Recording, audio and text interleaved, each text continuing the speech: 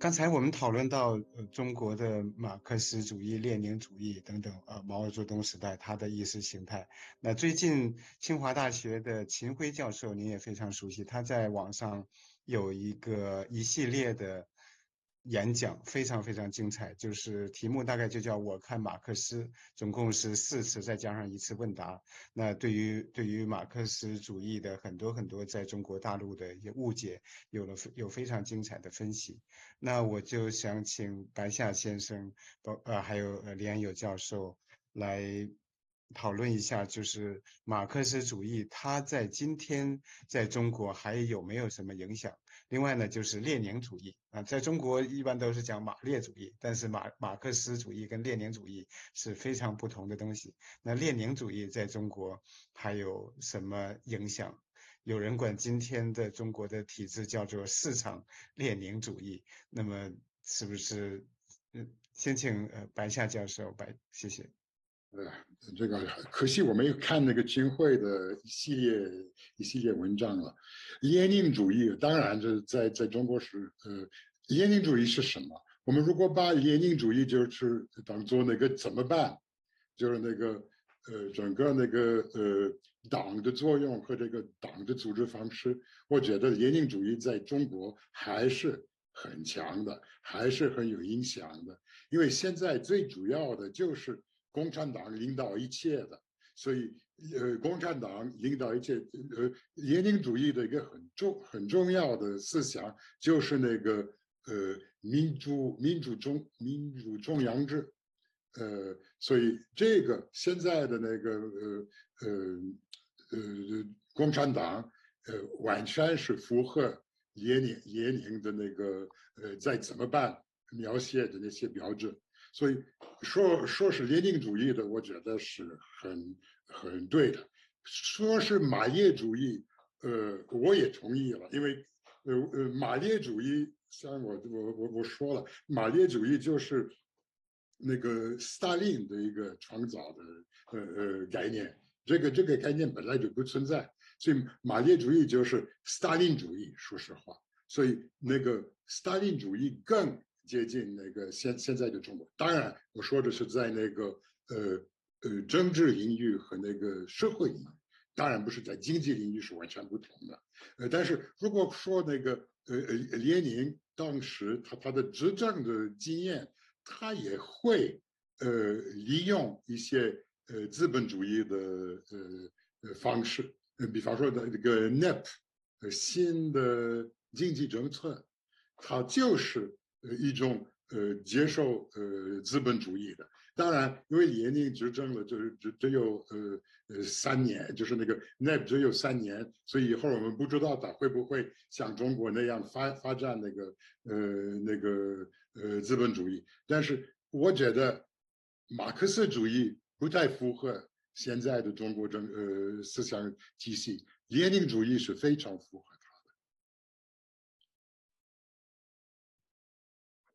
它。Andy，OK，拜夏你好，很高哎，兴见你好，你好。到你。我简单的提出3点，如果时间允许。一点是说，列宁主义利用意识形态在调节组织内的活动。以前我提出一本书叫做《The Organizational Weapon》。by Philip Selznick, 还有Franz Schurman's book, Ideology and Organization in Communist China. 他们因为你要这个管理中国那么大的一个国家的话，你利用一个组织去一个所谓的 organizational weapon 组织工具。来调节一切，也要控制一切，要动员干部的做这个或者做那个，你需要用意识形态来集中这个组织的权力，来调节组织的活动。所以这个是中国共产党向列宁学习的一个道理，这个是第一点。第二点，我们上个礼拜我们谈了 Carl Schmitt，你记得Carl Schmitt 现在在中国国内是非常受欢迎。那么 Schmitt 提出的一个基本的问题是权力和正当性的关系，那就是说，一个政府的正当性从哪里来的？按照西方自由民主的这个意识形态来讲，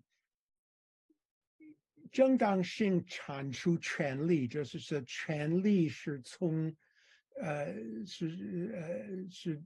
来自于正当性。但 Schmitt 提出一个观点说，实际上是权力产生正当性，那就是说 power creates legitimacy。你如果能够掌握权力的话，而且有效的利用权力的话，你就有正当性。正当性没有一个别的来源，它来源就是权力。而且这个是 Schmitt 向马克思好像学会的一个观点。虽然马克思是左翼 ，Schmitt 是右翼，但是他们在这个问题上是共同的观点，那就是说，马克思有这个所谓的上层建筑的概念，它就是说你如果这个宪法的话，或者宗教的话，或者意识形态的话，所有的这个思想的阶层、这个信仰的阶层的东西，都是从这个基本建筑来产生，就是说谁的利益，谁有权利。谁能够产生一个意识形态来说明他的权利为什么是合法，为什么是正当？提出一个美国的例子，如果在上次的选举的话 ，Trump 有效的掌握权力，有效的，如果那个所谓的 January 6th insurrection 1月6号的。How do you say insurrection？ 那个政变、叛乱，叛乱或者政变，如果是成功的话，那 Trump 就是合法。Trump 还是总统，他还合法，但是他因为没有成功，他就不是总统。所以这个是 Schmitt 的概念，也是马克思的概念，也是中国共产党的概念。因为他们的概念是认为，我们为什么正当，是因为在革命的过程当中，我们掌握权力，我们手里还有权力，之所以我们是正当，之所以我们是这个 legitimate。第三点想提出就是说，西方现代化社会还有没有乌托邦，还有没有意识形态的话，提出一个我们可能后来可以更详细讨论的一个概念，这个概念是人权。人权是不是西方社会的新的宗教？它不是一个宗教，但是它代替过去的宗教，现在是至少是社会的一部分的一个新的理想。对，您刚才的这些提法很有意思，尤其是像人权是不是西方的新的宗教或者是新的意识形态？那他不光他是不是也是一部分的中国人的新的宗教，像李头表或者像刘晓波，所以这个也引起一个问题，就是说文化这个所谓的 cultural relativism， 因为中国政府说这个人权是西方的一个东西，不是中国的一个东西，但是中国社会里面也有一些相信人权这个概念。对对，就是人权、自由这些概念到底是相对主义的，还是说普世价值？那当然，对于我们这些为自由、为人权奋斗的人来说，我们当然相信我没有成为某一个宗教的信徒，但是自由、民主、人权这些政治理想它起到一个类似宗教的这种，甚至在某种意义上比宗教的那个信仰要更坚定。那我们一会儿也会讨论到中国的国家主义、民族主义。那请两位评论一下，在邓小平之后，尤其是在江泽民、胡锦涛之后，这种民族主义的渲染、民族主义、国家主义的这种煽动，是不是在中国的政治体系当中越来越起到重要的作用？那民族主义是不是代替之前的那种阶级斗争，或者说代替邓小平时代的那种实用主义，成为中国新的意识形态呢？拜夏教授。对，我们以后也谈了这个问题。这个当然民族主义或者是国家主义，一直在那个共产党的执政以后是发挥一定的作用。另外在夺权的时候，民族主义也是在那个夺权的过程中也是发挥很大的作用。所以我们不可以说那个民族主义就是胡锦涛以后才有的。邓小平也是用那个民族主义。民族主义当然这个概念也要比较仔细一点看的。比方说民族主义有两种，一个就是那个民族所谓一个血统的民族的是比方说汉族，是因为你是属于汉族的，应该扩大汉族的那个权利，就是所以是一个 ethnical nationalism。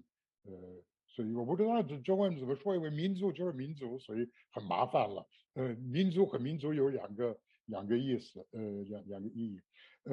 这另外一个民族主义就是可能是国家主义，或者是但是国家主义在中国现在是可能本来就是要加强国家应该加强国家的力量。所以这个也是一种在民族主义当中也是一方面。比方说也有civil nationalism，就是比方说哈贝马斯说的宪法爱国主义的。所以我们说爱国主义还是民族主义，我知道英国不太分民族主义和爱国主义，法文就是分，中文也分。所以一个爱国主义就是可能是宪法的爱国主义。这个爱国主义在中国不发挥什么作用了。现在就是又是一个 mixture。有一方面有国家主义，另一方面就是民族主义。现在跟习近平是非常明显的。民族主义就是比方说看看他对少数民族，就是在国内的民族主义也是一种动员方式。所以现在为了党的合法性有两方面，一方面现在是什么所谓的共同富裕，但是没有很多人相信共同富裕。另外一个就是民族主义，就国家主义，就是把实现中华民族伟大复兴中国梦。这个完全是又是国家主义又是民族主义。因为为了实现大复兴，是必须有一个很强的国家。所以呢，要加强国家的力量，要把国家的现代化，国家要控制一切。这个就是国家主义的。但是这个国家是一个民族的国家。所以现在最重要，这个可能是习近平的一个新的方向，就是公开的说，事实上是比方说是中文，他用语言和文化的为现在的一个伟大中华民族的伟大复兴，就是需要用中文的，还有那个所谓的现在的中国文化，所以呢，少数民必须消灭少数民族的那个文化，所以这应该统一民族就是汉化。当然，毛泽东的时候也有那个汉化倾向是存在的，但是没有像那个江泽民那么明显的。当时他是用一个马克思主义的一个理由说，就是那个恩格斯的五个阶段啊，所以好像那个汉族当时就是代表社会主义文化的。但是现在那个习近平在习近平思想当中，就是一个纯洁的那个民族，就是 ethnic nationalism，就是要同化所有的少数民族，为了建立一个强大的民族。这个强大的民族也需要一个强大的国家，所以国家主义和民族主义在一起，就是现在就是代表那个习近平思想的合法，那个共产党的合法性，就是这个。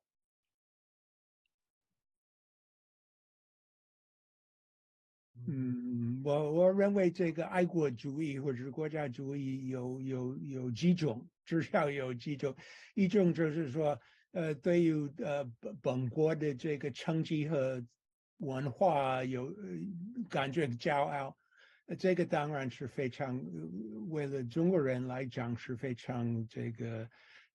有道理的。而且这个是一个比较积极的、比较 positive 的一个感情，就是说你也可以为了自己的国家骄傲，也可以尊重别的国家的文化和成绩，也可以对于外国的文化也感兴趣等等。第三种可能是一种认为自己被伤害的一个语境，自己的国家自己的认同也受到国外的伤害你，所以比较恨外国，恨这个伤害你的利益的势力，这个是一个比较消极的一个感情。第三种可能是一种像白夏提出的一个，就是说自己要扩大本国的势力，要控制别的国家，要打击别的国家，也要把自己的文化推广到全球等等之类的一个我认为比较不健康的一种爱国主义。那么我们因为政府的宣传，爱国主义的宣传那么浓厚，那么这个 cover up， 概括所有的好像的舆论，我们很难判断中国人本人心里的爱国主义是哪一种的爱国主义，就是说这个三种爱国主义的这个distribution 那个分布是有百分比是多少？但是我自己认为，爱国主义不能100%代替意识形态或者宗教的作用。它呢，比方说意识形态，如果意识形态是一种工具，可以调节很多人的行动，因为它给很多各个阶层的干部一个方向、一个方法等等的话，爱国主义是太朦胧，它不给你那么具体的一个这个方向的具体的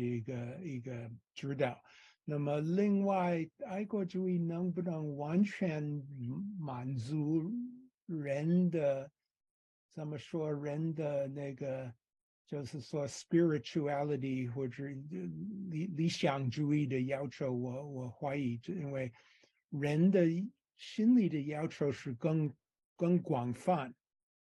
当然，你要你自己的国家为好，但是你也要家庭为好，社会群体自己本人为好之类。所以宗教的这个内容是更丰富，我认为意识形态的内容也是更丰富，爱国主义才是一边而已。对，其实，我觉得爱国主义它有可能会走向一种非常狭隘的一种排外的那种部落主义，对其他的种族、其他民族、其他国家想要去打压、去占领，甚至去屠杀。但是呢，爱国主义这种感情，它也可以发展成像刚才白夏教授提到的哈贝马斯的宪政爱国主义。那就是如果这个国家它有一个宪政制度能够保障人的基本人权自由，那我就是爱这个国家。它其实不是爱的这个政府或者是这个领土，它爱的是这个国家，它能够保障人们的最基本的自由尊严。那我可能就是打断一点，谢谢。就是我觉得那个哈贝马斯可能有点过分的乐观，因为我不完全同意那个 Andy 说的话。我觉得你看历史有那么多的经历，就是那个民族主义在上，是在那个历史上是非常普遍的。事实上，比方说看那个呃呃纳粹的德国，主要是就扩大自己的那个国家自己的势力，要把日耳曼民族放在上面，所以是最高的，也应该领导整个人类。所以那个动员那个民族主义的展爱的民族主义是一个比较有效的方式。我不是说我很满意啊，我非常不满意，但事实上我觉得是这样。现在这个也不仅是在中国的，而是在好多比方说欧洲国家也有这样的倾向，就是那个狭隘的爱国主义了。现在发展就是对那个全球化的一个反应，但是反正我觉得它也可以动员很多的，就是那个一个国家的人口的很大一部分的。所以虽然我很不喜欢这个倾向，但是我觉得民族主义有很大的前途。一个记者Melissa 陈，他提到中国目前的这种体制是和法西斯主义有很多相似之处。那我们无论看对内的对维吾尔人、对藏人、蒙古人的这种压迫，种族灭绝，对外的扩张啊等等。然后再加上就是在政治上一个政党一个领袖一个元首，那一个口号，那这种情况下，中国第一，它目前是不是法西斯主义？第二，它的趋向是不是越来越法西斯主义？OK，这个问题很危险。我比较，因为我比较不想要借欧洲的这个法西斯主义的这个意识形态来描写中国共产党。虽然他们有一些共同点，一个共同点是这个领袖主义 （leaderism），就是说他们强调那个正当性是从领袖的他的这个美丽出来的，但他也有很多而且他们都是一种极权主义。但是中国的极权主义，比当时的欧洲的法西斯主义的极权更强很多，强得多。他们才是这个 amateurs，这个Hitler 和穆斯林尼，他们是这个比起习近平的话，他们才是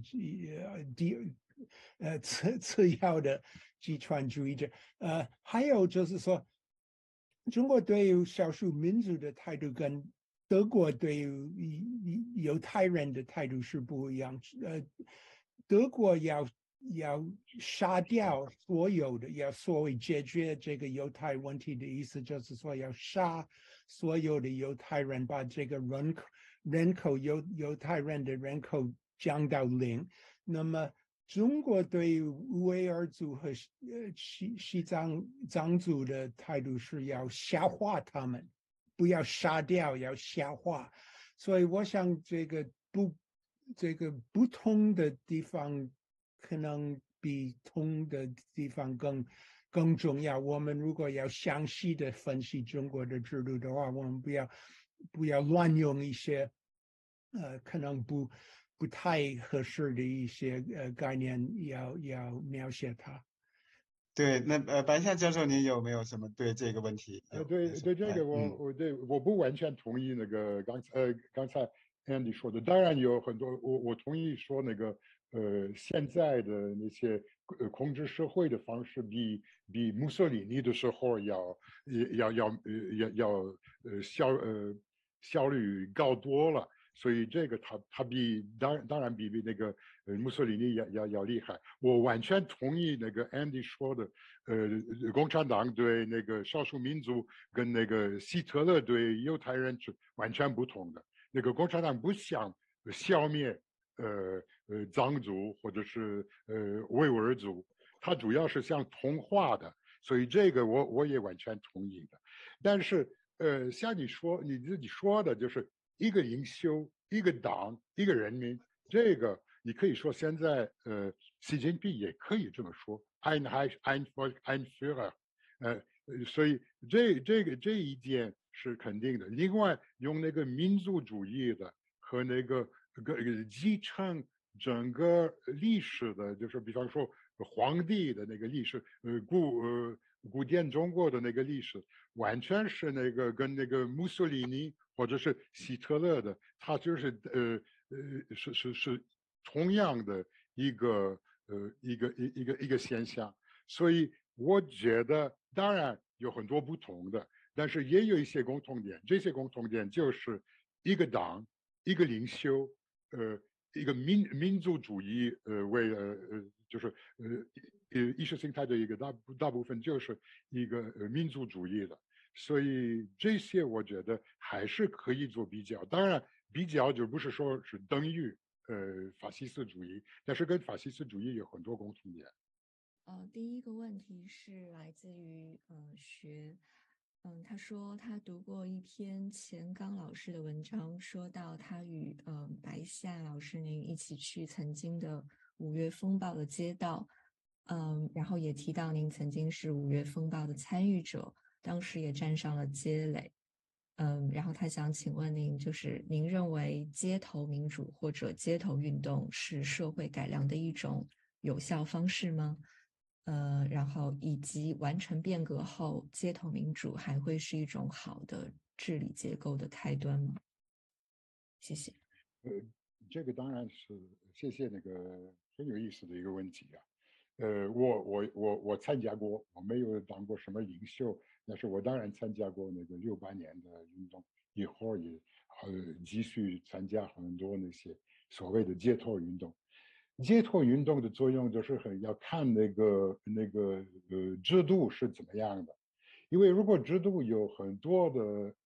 渠道可以表达普通老百姓的那个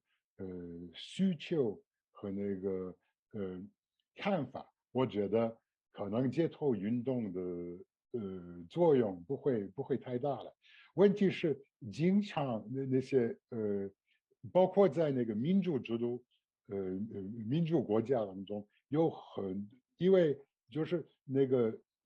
选举都是隔了两年、3年、5年才有的，有的时候很多问题就是那个就是我的意思是说制度的那些机构他们都不发现这些新的问题。所以有的时候，你如果没有办法通过你的议员呐、或者是你的代表，可以表达自己的需求，那个街头运动是会有意思。那这街头运动也不一定是乱的，比方说有的时候一个就是一个游行示威是可以让那些执政者发现一个他们没有想过的一个问题，或者是他们也可以这样就知道，老百姓的看法是怎么样的，对他的政策有一个什么反应。所以我觉得街头运动是发挥一个比较积极的作用。当然，这个不应该变成一个非常有暴力的一个街头运动，但是它是发挥有一定的要那个一个民主制度也包括街头运动的可能性。在一个专制国家的专制制度，当然那个街头运动有的时候是唯一的表达需求的一个方式，所以这个当然是很危险的。但是如果没有街头运动，那个执政者肯定不会考虑那些需求，所以我估计在一个专制制度的那个街头运动是发挥很大的作用，但是当然也有很多也是非常危险的。但是我们可以看，比方说最近的我不知道，我不可以那么简单的分析那个前2个星期的那个运动，但是我们可以说那个因为在街头很多中国老百姓表达了他们对那个疫情的有不满，所以呢以后那个党就改变了他的政策。所以我当然知道不是那么简单的，但是也可以看，就是街头运动也发挥了作用。